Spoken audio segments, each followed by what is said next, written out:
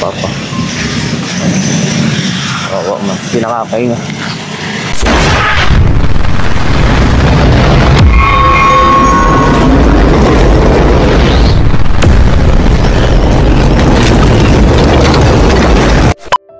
So yun guys, welcome back again sa ating YouTube channel na Just Nagiri Vlogs. At ayan, pagdag ko na lang din to, pandagdag. So si Papa po ay nagpapadala po ng ospital kasi hindi daw po makahinga. So ito po ako sa San Vicente, nagsilang muna para mag-update kasi nag-chat sa akin yung mga tiyain ko. So nanghiram na po ako ng motor kay Gigis. Ayan po, basang-basa po ako tapos kumukulog. So ayan, naging share po tayo. So okay lang si Papa kasi grabe, last week ganun na naman, tapos yung week ano ko na naman, third ko na pong bahala. So ayan guys, samahan niyo po ako sa natin si Papa. Kukuha po kami ng ambulansya ni Tita. So tara, nagpapaulan na ako, diretso na ito, bahala na kahit sa panlakas ng kulog. Sabi ito pong bahala guys. Yan na po ako sa bahay ng Tita, makakasama ni Papa. Tanto namin yung ambulansya. Grabe, lakas ng ulan kanina, munti ka pa ako madispasya. Kita na ginabayan tayo ni Lord. Saat na tayo. Laki.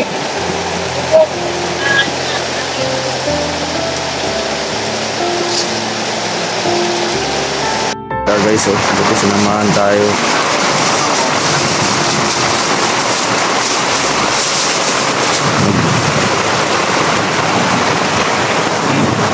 Po kami sa dito kami sa munisipyo. Yan po yung ambulansya. So alas po din lang maaga pa, hindi pa ako nakakatulog. Paano ko pa naman matulog? Biglang ayan, hindi mo makalit si Papa. Ambulansya po na siya pala ng ulan. Wala naman kong bayad yan. Ayan si Papa. Oo man, pinakakain nga.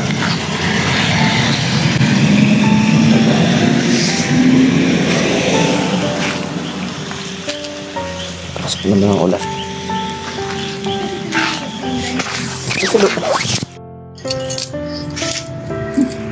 Ano nangyari kanina? Nagtaka?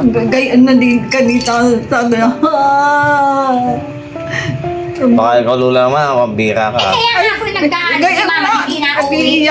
Hindi na ako binabantay si Kuya Eric. Dalawa silang magiging pasyente. Oo, ganyan na. natatakot na muna ako. Sabi ko yung nagpapaulan si Mama. Sino naka-rescue? Ay, si Mama, maaga pa lang pagdating dito. Ay, napuyog siya ng ulan.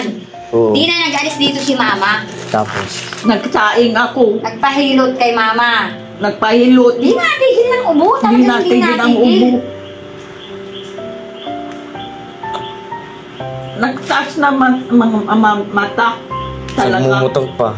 Pag sabi niya sa akin, pag nasa labas daw siya, malakas siya. Oo. Pag umaga siya, malakas. Siguro kasi ganito. Baka din bawal sa kanya ang naaamoy niya yung doon. Kaya pag gagabi, inaabot siya. Pero doon daw, nagkataiihi na din siya. Doon? May time daw na gano'n. Nagkakataiihi na din siya doon. Tingin ko sa puso yun. Konektado din yun doon. Alam mo, pagka failure ang isang organ natin. Hindi binibitawan yung ano doon sabi. Ayaw pa mamatay. Ayaw pang mamatay. Ito naman ang tigas ng ulo niya. Kaya nga ay. Hindi nandun ko nag-iinom. Kaya nga sinisingil na siya ngayon. Alam mo, sa totoo lang, maikigin na sana yan si Kuya Eric. Noon, inaway ko yan nung dumating si Kuya July. Oo, umiginom din ba Uminom yan? yan. Nadadalat ng kuya doon. Tapos nakita ko pumiga yan dun sa Kinat ko, sabi ko, umiinom ka na naman. Alam mo yan ang bawal na bawal sa iyo. Sa tingin mo ka, kung may magtsatsaga pa sa iyo, tumulong. Sabi kong gayaan, pinagbibigyan lang daw niya si Kuya. Anong pinagbibigyan? Sabi ko, tapos noon, nagsimula ng mag-ubo. Sa tingin mo yan? Oo. Oo, yun din yung kasi. Si Mama, Oh, di ba Mama maigi na yan? Yun din naisip ko, tita. Kasi di ba last na, di ba? Yan. Last yung hospital nitong ano lang, last month. Oo. Nung ano pa ako. Nagaling-galing Tapos na siya pagdating noon. ko, maayos naman na bagay yan. Hindi siya na naubong gayon. Tapos yun nga na ano ko, simula ng pag-uwi ni na ate. Kaya July, nag-inom ng isang bisis. Nang hanggang alas 11 ng gabi. Bigyan ko pa ngayon ng banig at gusto niyang tabihan si ano, ayaw. Eh, kunyari, nag-inom siya ngayon. Pagka-2 araw, Wala na. yan na ang problema. Bawal na talaga sa kanya. Bawal na talaga sa kanya. Kahit pa sabi mong alugin siya ni Kuya July, o minsan pa siyang Wag tumikim. na wag na. Wag na talaga. Sinat ko yan, nung sabi Kuya Eric, matigas ang ulo mo. Wag na wag kang nag-iinom ka na naman. Sabi ko gayaan. Para na daw kasi sa kanya may nagsasanib na iba. Parang yung pagtatarak niya. Siguro, nag-ano na. Alam mo, magmamatayin na gayon. Nagtatatanggal ang ano niya, iisahan na siya nung ano. Gayon yun. Nagtasayin. Kita mo ang mata, mas matindi pa dun sa ano, unang mga mata niya na matalim na matalim. Ay na anak ko, natawag sa akin pag inaatake. Hindi na nakakahinga. Kahit ang Nung pang ano yan, na hindi nakakahinga, nagsisigaw dyan sa CR. Di rin ako naniniwala ko kung kulang. Minsan sabi kulang daw naman dun sa albularyo. Pero ako din naman, kalahati din yung paniniwala ko dyan. Ako hindi 100% naniniwala ay. May problema talaga si Papa. Ako hindi naniniwala at problema sa puso, sa baga, nag-ubo. Kasi kung kulang, hindi yan magang ubo. Ay, hindi yan Hindi yan magang ubo ng ubo. naniniwala dyan. Ibang ano ang magiging sakit Alam niya. ko sakit sa puso. Kasi nga di ba nga uminom? Hindi nga na siya nainom, pero tumikim siya nung ano, ay noon hindi siya nung nag-uubo. Simula talaga nun, di ba, Simula tita? nung mag-inom tayo kay kuya, na nag-chat pa nga ako sa kanya, tinat ko din si ano. Tingnan natin kung anong mangyayari.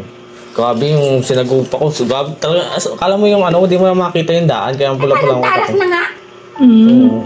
Ang mata Tarak mo taas. Hindi na kaya, Nagnganga at yun ang ano Hinga niya? ng hinga niya. Oo. Oo. Ay kung yun ay di nakakangangay, nagagawa niya ng paraan. na paraan. Ay di, dead bull siya. Eh ilang second ka lang, 1 minutes ka lang na ano eh, wala ka na. 1 minutes ka lang na barahan ang ganyan. Ayaw pa. Kaya siya nagsasabi, parang may nagsasasanib na sa katawan niya. Pagmamatay. Wala nang ibang dalahan dyan, ano, tita? Wala na, dinagay ko tubig, may gatas yun, may asukal, may tissue, wala lang yun, may alcohol. Tapos, guys, welcome back again sa ating YouTube channel, Just Nagari Vlogs. Yun, nakuha na si Papa. At yan, dahil sa statement po na aking matiyain, munti ka na daw po talaga, dumumi na, nagkaihi na, tapos tumakak na daw po yung mata ni Papa. Tapos nakanganga na daw po, naghihingalo, talagang naghihira. Tapos super lakas pa ng ulan kanina, kaya di tayo makaagapay. Gabi ngayon takbo ko eh, talagang mabilis. Salamat kay Bilis ko sa pagpapairam po ng motor. At ayun, sana maging okay na si Papa, sana maagapan dun sa ospital. Kaya ayan, big things po ano, ay napuloy ang bahala. Eh samahan niyo po ako hanggang makarating tayo dun sa ospital. At usayin natin si Papa kung anong pwedeng gawin doon. Iniisip ko pa, wala ako ditong pwedeng pang ano. Wala na po. At ayan, maraming salamat po ano, sa lahat ng mga nanonood. Pinag ko lang to guys kasi gusto ko lang na i-share sa inyo. At syempre, lesson din na mali natin mga magulang natin. At kung lalakas pa yung mga magulang nyo, yung mga bisyo, ayan, pagsabihan po natin kasi mahirap po ang buhay. Mahirap po yung ganitong bagay. Ano po. So yun guys, maraming salamat and God bless. Nakasama niyo po ako. Nandito na ako sa Provincial Hospital. Ayan. So, di ko pa alam kung ano nangyari sa loob. Di naman ako makakapasok kasi ano guys, tawag dito, kailangan yan ng visitor pass. So mamaya kamustahin ko si Papa kapag okay na, kung na-compine na o hindi pa. Tapos di ko alam kung anong next. Uwi muna siguro ako, then balikan ko yung motor ni Papa para magamit ko. Tapos balik lang tayo ulit. Opo. Kanina guys, habang nagdadrive ako, muntika na ako, ay biglang tumawid. Nagulat ako, tapos napiga ko yung preno. Nagwariwad yung hulihan ko. Grabe, kala ko masisimplang na talaga ako. Buti na lang at malakas yung pulso ko. Hindi ako na simplang. Nagkataon na nagapan ko pa. Ayan. Praise God. Maraming salamat. Napaka blessings talaga. Thank you sa paggabay sa akin. Kahit sa malakas ng ulan kanina, hindi niya talaga ako iniwan. Talagang stay na dyan pa din siya. And guys, maraming salamat po sa lahat. Share tayo. So ayan, natin kung anong magagangyari, bakit di makahinga si Papa. Kan natin si Tita, usapin natin.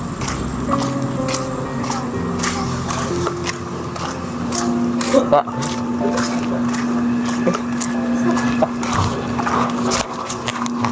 ano nangyari sa'yo? Inubo ako ng lubutap. Napunta na ako nilulam mo. Inilo-pilo. Hindi ka na daw makahinga eh. Nagsisigaw na ako eh. Tapos, nakahaday na si Susan. Tapos nangihina na ako. Ano yung atake sa akin. Kailangan mo talaga ma-hospital. May na ako, may hindi na ako naroon. Nakatulog ka pa? Hindi na. Nakatulog ka pag gabi, hindi. Hindi nga ang gusto. Gabi nakatulog ako. Pagising ko ng alas 11, kay gabi, inatake mo naman ako. Oo. Hindi ako nagkakaroon. Yung nakakaaluan ako pag ako naghahalingin. Paupo na lang ako. Hindi na ako nakakatulog. Sabi ko, bumabagsak tayo. Mapahit na. Lani ako. Kailangan mo talagang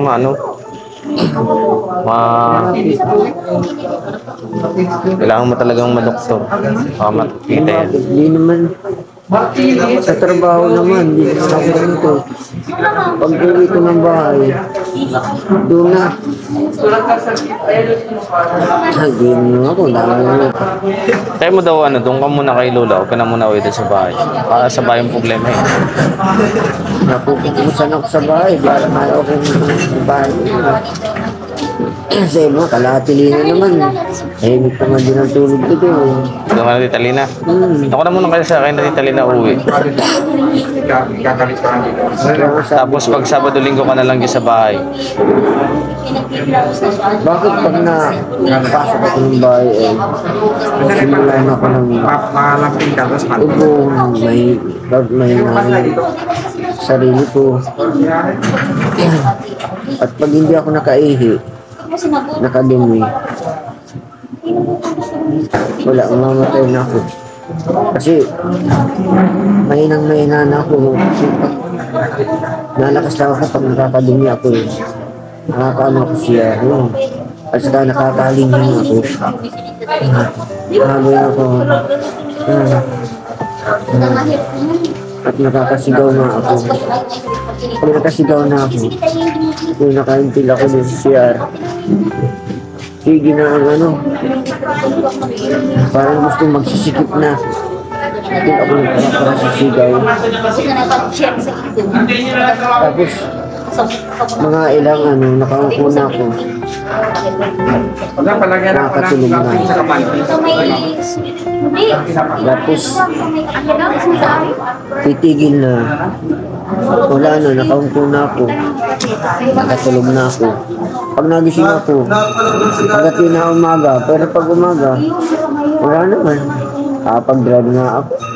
Tayo mo muna, huwag ka muna uwi doon sa bahay. Huwag ka muna kayo na Tita Lina. Tapos papablessingan natin yun. Hindi nga sa bahay nga ang problema eh. Ayaw akong papasukin dun eh. Nararamdaman ko, sinabi ko na yung kailang mama eh. Basta magdating yung... Kasi kung kay Tita Lina, okay ka naman. Kaya mo doon. Kaya mo. Pagka, madalas na pati yung pag-atake. Isipin mo sa trabaho, wala naman akong pag-atake ah. Laman akong gawa mo. Pagdating sa bahay, minang ako. Inuubo na. Nakahungkon ako sa lamisa. Sige nang doa ko. Sige nang ano ko. Tapos nung maya mahina na ako. Hina na ako medyo. Masigaw na ako yan. Tapos ano sa CR. Hindi ko pati na-control ng pag-CR. Talaga nga, inabot na nga ako sa CR. Hindi na ako karating dito. Kahit pag-ihi, wala nang control.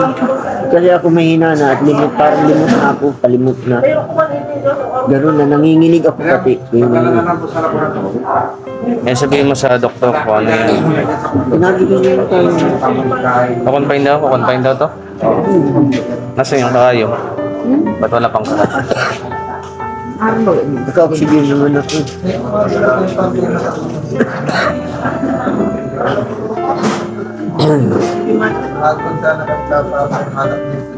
Nakita mo, ang sarap na mga pagkain naman sa bahay. Meron pa nga daw doon nilagang Buto-buto, kala ko nga, ma-wait ka po. Niluto ko kanina. Pinagbigay ko na lang kay Susan at mga mama. Ano? Masakit pa rin tiyan mo? Pag ininom mo yung gamot na binigay ko. Mamaya wala na yan. Mamaya wala na yan. Dapat yan, buskupan.